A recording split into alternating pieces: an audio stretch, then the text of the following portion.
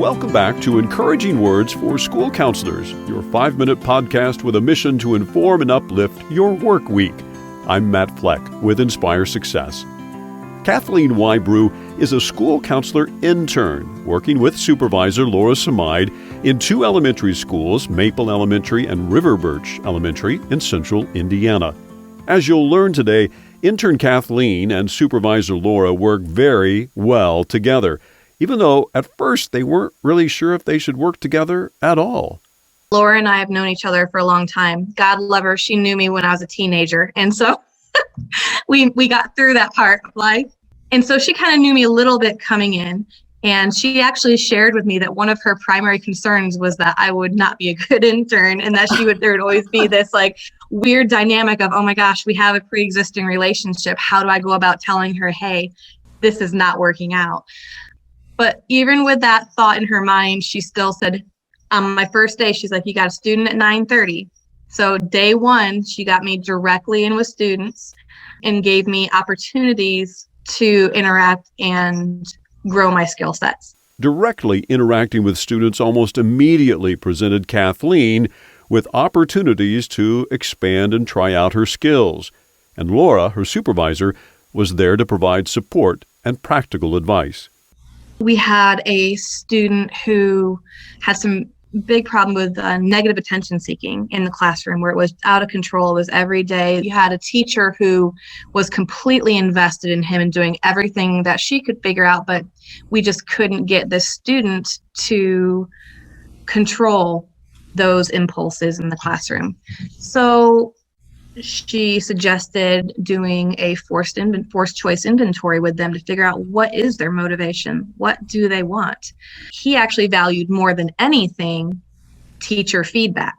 So when I said to him, hey, what would you prefer to do? Would you rather have a bag of chips or 100% written on your paper from your teacher? He would take the 100% every time. If I said, if you could choose anything, let's say you could choose between getting a smiley face on your paper from your teacher, or you could choose an activity for the day, free time, he would choose the 100 on the paper. So I feel like when she gives me these kind of tools to utilize, it really opens up my eyes to different ways to assess students and how to go about spending my time most effectively with them. And assessments like that were also very valuable in building a relationship with his teacher, because that's not something that she was expecting, nor was I. As much as counselors can help interns can also help veteran counselors learn and practice new techniques. For example, working together, Kathleen and Laura combined their knowledge and skills to proactively address a difficulty one of their students was having with emotional regulation. When they felt anger, frustration, they felt it really big. And when I first met with this student, they kicked things, hit things, threw things, and they were just going through a really rough time in their life.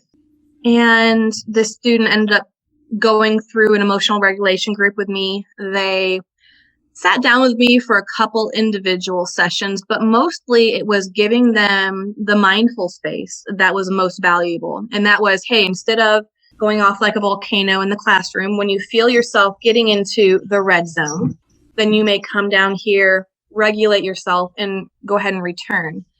One useful tool, as simple as it is what Laura calls a hot pass. And all it is a pre-made index card that says mindful space or whatever the student writes on it.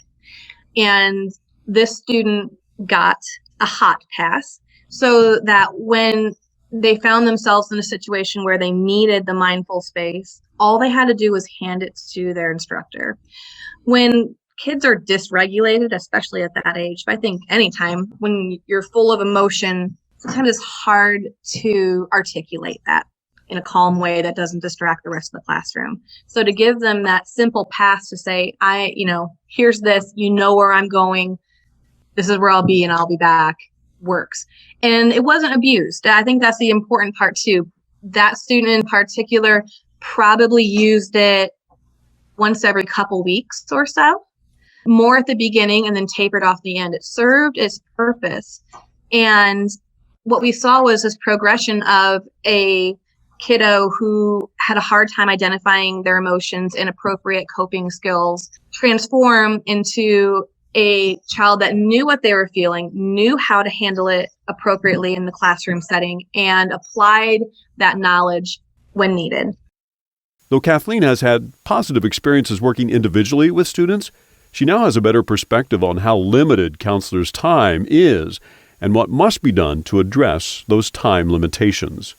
When you have a ratio of one school counselor to 500, 600, 700 kids, it really puts it into sight of like how difficult it is to reach every kid that needs it. So I think it emphasized also the importance of doing school-wide interventions versus just individuals. Because if you're just doing individual interventions, you're going to only touch a small percentage of your student base. Kathleen graduates with her master's in education degree in school counseling from Liberty University later this spring. And I have a sense she's going to do just fine.